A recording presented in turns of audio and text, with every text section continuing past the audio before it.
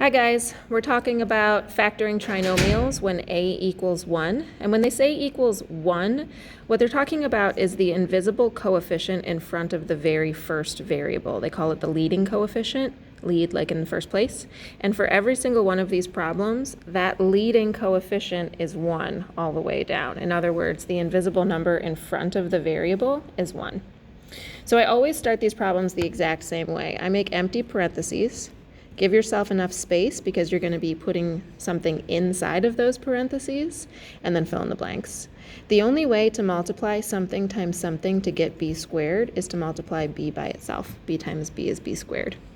The other two blanks, I'm asking myself, what multiplies to 7 and adds to 8?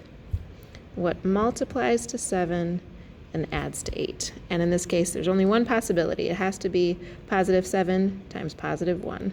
Positive 7 times positive 1 is positive 7, and positive 7 plus 1 is 8. Final answer. Let's do another one. M squared plus m minus 90. Again, I make blank parentheses, and I fill them in. M times m is m squared. Now I need two numbers that multiply to negative 90 and add to the invisible positive 1 in front of that middle coefficient. So multiply to negative 90, but add to positive 1. So I have to think of two numbers that are only different by 1, 10 and 9.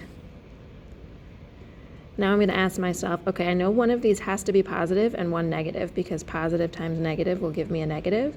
But if they add to positive 1, the positive number has to be larger. That means the positive sign goes with the 10. So let's go over this. We got m times m is m squared. M times negative 9 is negative 9m. 10 times m is positive 10m, so that when you add those two things together, you're still left with one positive left over, and positive 10 times negative 9 is negative 90. So the trick is knowing your times tables will make this a lot easier, and if that's something that's not your strong point, I have multiplication charts for you, and that will help a lot. If you're still listening, here's a big hint. Number 8 is not factorable. Now you're doing 2 through 12 evens on this page. Watch the next video to take a look at the back.